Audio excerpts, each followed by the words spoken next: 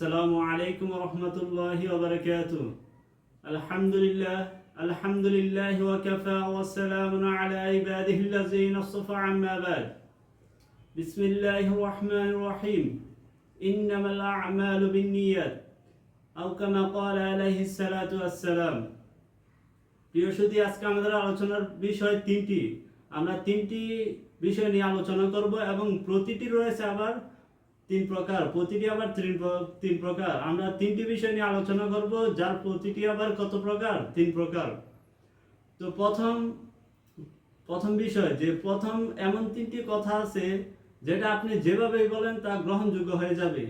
যে এমন তিনটি কথা আপনি যেভাবেই বলেন সেটা কি গ্রহণযোগ্য হয়ে যাবে। আপনি রাগ করে বলেন, খুশি হয়ে বলেন, অথবা কি দুষ্টুমি করে বা মজাক করে বলেন, সেটা গ্রহণ হয়ে যাবে।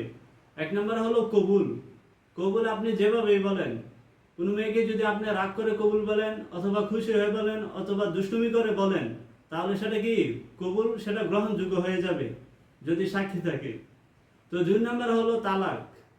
দুই নম্বর কি? তালাক। তো আপনার স্ত্রীকে আপনি যেভাবেই তালাক দেন, যদি আপনি রাগ করে তালাক দেন, অথবা খুশি হয়ে তালাক দেন, নাউজুবিল্লাহ, অথবা আপনি কি যে দুষ্টুমি করে তালাক দেন, মজাক করে হাসি ঠাট্টা করে তালাক দেন, তাহলেও সেটা কি গ্রহণযোগ্য হয়ে যাবে, সেটা তালাক হয়ে যাবে। তো আল্লাহ তাআলা যেন আমাদেরকে এই কাজ থেকে দূরে রাখেন, আল্লাহ তাআলা যেন আমাদেরকে হেফাজত করেন। আমরা সবসময় এই গর্হিত কাজ থেকে আমরা বেঁচে থাকার চেষ্টা করব। তিন নম্বরে হলো আজাদ। যে আপনি কোনো গোলামকে আপনি যেভাবেই বলেন, যে আপনি যদি রাগ করে খুশি হয়ে, অথবা কি যে আপনি ঠাট্টা বিদ্রুপ করে মজাক করে বলেন যে তুই আজাদ, তাহলে সে আজাদ হয়ে যাবে। তো আমরা এই তিনটি বিষয় মনে রাখার চেষ্টা করব। যে এক নম্বর হলো কবুল, দুই নম্বরে হলো তালাক, তিন নম্বরে আজাদ। দুই নম্বর আলোচনা, যে তিনটি আমল মৃত্যুর পরেও জারি থাকে।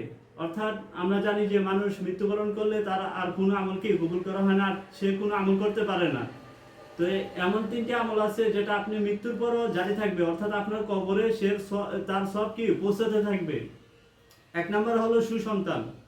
আপনার যদি দুনিয়াতে কোনো ভালো সন্তান থাকে, যদি নেক সন্তান আপনি রেখে যান, তাহলে সে যত ইবাদত করবে, সে যত আমল করবে, তার সব কি আপনার কবরে পৌঁছতে থাকবে। সুবহানাল্লাহ। তো ভালো সন্তান যদি ইবাদত করে, আমল করে, আল্লাহর নিকট দোয়া করে, পিতা মাতার কবরে আর সব পৌঁছতে থাকে। সুবহানাল্লাহ। আর যদি বদকার সন্তান হয়, খারাপ সন্তান হয়, সে যত গুনাহ করে, এর অংশ কি পিতা মাতার নিকট পৌঁছতে থাকে। এজন্য পিতা মাতাকে কি করতে হয়? শাস্তি ভোগ করতে হয়। তা আমরা আল্লাহ তাআলার নিকট দোয়া করব আমরা যেন সৎ সন্তান রেখে আমরা দুনিয়া থেকে বিদায় নিতে পারি। তো দুই নম্বরে হলো উপকারী ইলম, বা কি উপকারী বিদ্যা।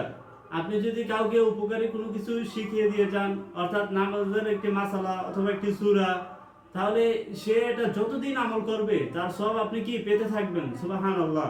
তো আমরা চেষ্টা করব মানুষকে যেন ভালো কিছু আমরা শিখাতে পারি, আলতু ফালতু জিনিস না শিখিয়ে, যেন আলতু ফালতু নাটক, সিনেমা, গান না বলে যেন আমরা মানুষকে একটা ভালো একটা দিনের কথা শিখাতে পারি। এই চেষ্টা আমরা সবাই করার চেষ্টা করব। কেননা সে যতদিন এটা আমল করবে ততদিন কি আর সব আমরা পেতে থাকবো।